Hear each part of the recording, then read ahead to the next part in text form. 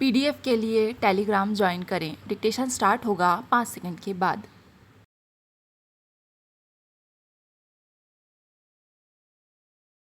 महोदय, ऐसे ही आज के समाज पर अंग्रेजी भाषा का भूत सवार हो रहा है और अंग्रेजी भाषा को कुछ आडंबरी लोग बोलकर अपने आप को बहुत बड़ा विद्वान साबित करना चाहते हैं। स्थिति भी ऐसी ना जाने क्यों बनती जा रही है कि अंग्रेजी के 2 शब्द अगर किसी कार्यालय में बोल दिए गए तो सारे लोग उसके लिए अपनी कुर्सी छोड़ने को तैयार हो जाते हैं। हिंदी में कुछ बोलने से आधुनिक लोगों के अनुसार बची कुची शान चली जाती है। मैं कहता हूँ कि अंग्रेजी के जो गुलाम हैं उन्हें इस देश में रहने का कोई अधिकार नहीं है। देश का 80% जन समुदाय भारतीय संस्कृति से जुड़ा है, जिसकी भाषा हिंदी है। विश्व में भी हिंदी के प्रति आकर्षण बढ़ रहा है।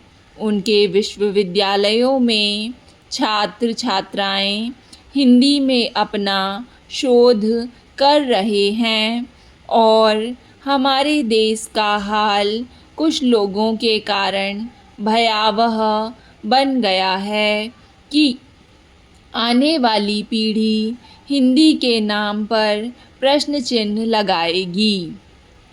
आज बहुत से लोग अंग्रेजी का बोर्ड लगाकर स्कूल चलाने का आडंबर करते हैं। अंग्रेजी सीखो जैसे नारे लिखकर अपने घरों पर बोर्ड लगाकर लोगों को गुमराह कर रहे हैं। भाषा की एकात्मकता बिना राष्ट्र का विकास संभव नहीं। संविधान में पुनः संशोधन होना चाहिए ताकि राष्ट्रभाषा को संपूर्ण भारत में सम्मान मिल सके। परीक्षाओं में हिंदी को बढ़ावा मिले और जिसको हिंदी में अच्छा ज्ञान हो उसे नौकरी में प्राथमिकता प्राप्त हो। अंग्रेजी का जादू नहीं चलाना चाहिए। पीएमटी, पीईटी जैसी परीक्षाओं में भी हिंदी को प्रथम स्थान प्राप्त होना चाहिए, नए रूप में जो कि विकास हो उसमें हिंदी माता को ही अधिक स्थान प्राप्त होना चाहिए, क्योंकि यह वैज्ञानिक भाषा है। अंग्रेजी वैज्ञानिक भाषा नहीं है। आज तो बल्कि यह हो रहा है कि दुनिया हिंदी भाषा को अपना रही है।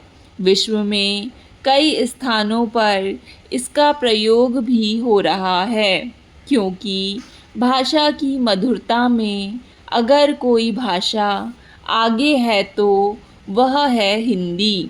हिंदी का ही नाम सर्वश्रेष्ठ आज और आगे रहेगा। अन्य भाषाओं में इतनी मधुरता नहीं है। अंग्रेजी से तो अहंकार ही पैदा होता है और अहंकारियों की दुर्दशा कैसी होती है यह रामायण के अंदर रावण से पूछिए।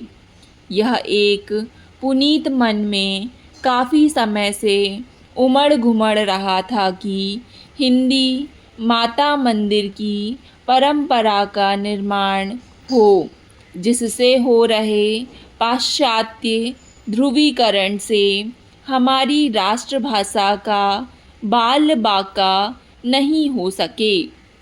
योजनाबद्ध तरीके से आज हिंदी को समाप्त करने का षड्यंत्र खूब फल फूल रहा है। इसे रोकने के लिए हिंदी माता का मंदिर एक ऐसा प्रयोग होगा कि सदियां बीत जाने पर भी पाश्चात्य ध्रुवीकरण व्यर्थ ही होगा। आप सबको मिलकर इस परंपरा में आगे जाना चाहिए और आप भी हिंदी माता मंदिर के निर्माण में सहयोगी बने ताकि देश में अपनी राष्ट्रभाषा की संस्कृति कभी समाप्त ना हो सके। यह प्रयोग अवश्य किया जाएगा। ग्वालियर में होगी, समय से पूर्व ही होगी।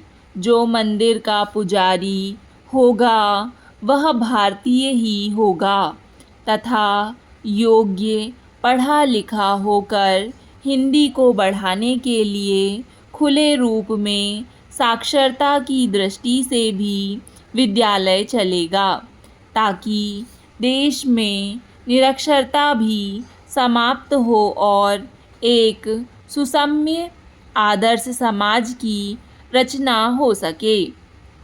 ऐसा हमारा अपना एक विचार है। कितना सही है या गलत है आने वाला समय से ठीक प्रकार से समझ सकेगा। देश के लिए प्रत्येक व्यक्ति को कुछ रचनात्मक काम करना चाहिए, तभी हमारा यह मानव जीवन सार्थक होगा। हिंदी पद यात्रा का जो अंश मात्र प्रयास था वह देशभक्ति का एक छोटा सा ही उदाहरण मैं मानता हूँ। लोग कुछ भी कहें, हम इसकी कभी परवाह नहीं करते। हमें राष्ट्रहित में एक ऐसा मिलकर प्रयास अवश्य करना है जिसमें हमारे देश की पीढ़ी को कुछ प्राप्त हो सके। हिंदी माता मंदिर का निर्माण एक नई क्रांति लाएगा और तभी से मैं राष्ट्रभाषा का पूर्ण सम्मान समझूंगा। भारतीय संविधान के अनुच्छेद 343 में लिखा है कि संघ की राजभाषा हिंदी होगी। क्या दिल्ली में बैठे लोग यह नहीं देख रहे हैं कि सारी दिल्ली जो देश की राजधानी है अंग्रेज़ों के बोर्डों एवं कॉन्वेंट स्कूलों से पटी हुई है। समझ में नहीं आता कि संसद में बैठे मेरे भाई राष्ट्रीयता को क्यों भूल जाते हैं। अंग्रेजी का नशा उनके ऊपर पूरा सवार हो जाता है। अनुच्छेद 350 में लिखा है कि व्यथा के निवारण के लिए अभ्यावेदन में प्रयोग की जाने वाली भाषा हिंदी ही होगी। क्या पीड़ित व्यक्ति न्यायालयों में हिंदी का अभिवेदन देकर न्याय की मांग करने का भी कभी हकदार बनेगा या नहीं? अधिकांशतः आज स्थिति यह है कि हिंदी में कोई याचिका प्रस्तुत की जाती है तो उसे अस्वीकार कर दिया जाता है। एक तरफ तर्क यह दिया जाता है कि पत्रादि को भी न्यायालय याचिका के रूप में स्वीकार करेगा। सर्वोच्च न्यायालय के एक न्यायमूर्ति ने इस दिशा में कुछ प्रयास जरूर किए थे, मगर आज कुछ परिस्थितियों से परंपरा में बदलाव आ रहा है। चापलूसी और मुँह देखी परंपरा का निर्माण हो रहा है। ईमानदारी पर आए दिन प्रहार होते हैं। अनुच्छेद 350 का में देखिए, शिक्षा का स्तर अंग्रेजी हो रहा है। हिंदी माध्यम से गरीब परिवार के बालक बालिकाएं पढ़ते हैं।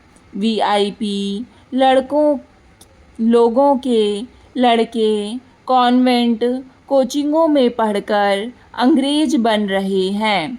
क्या यह 2 नंबरी अंग्रेज फिर राष्ट्रभाषा हिंदी का सम्मान करेंगे? कभी नहीं।